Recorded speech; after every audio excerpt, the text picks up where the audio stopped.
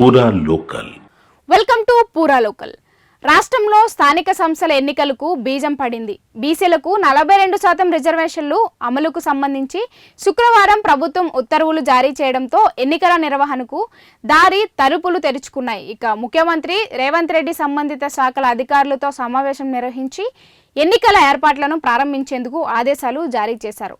ఇక ఎన్నికల ప్రక్రియను ప్రారంభించేందుకు రాష్ట్ర ఎన్నికల సంఘం శనివారం కీలక సమావేశం నిర్వహించనుంది. ఇందులో ఎంపీటీసీ, జడ్పీటీసీ ఎన్నికల షెడ్యూల్పై నిర్ణయం తీసుకునే అవకాశం కూడా ఉంది.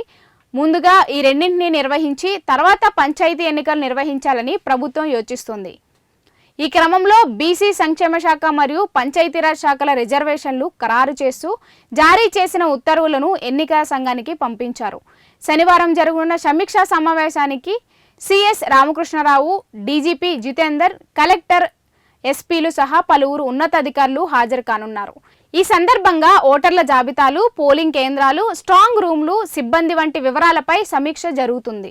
ఇదిలా ఉండగా శనివారం మహిళా రిజర్వేషన్ల ఖరారు ప్రక్రియ జరగనుంది.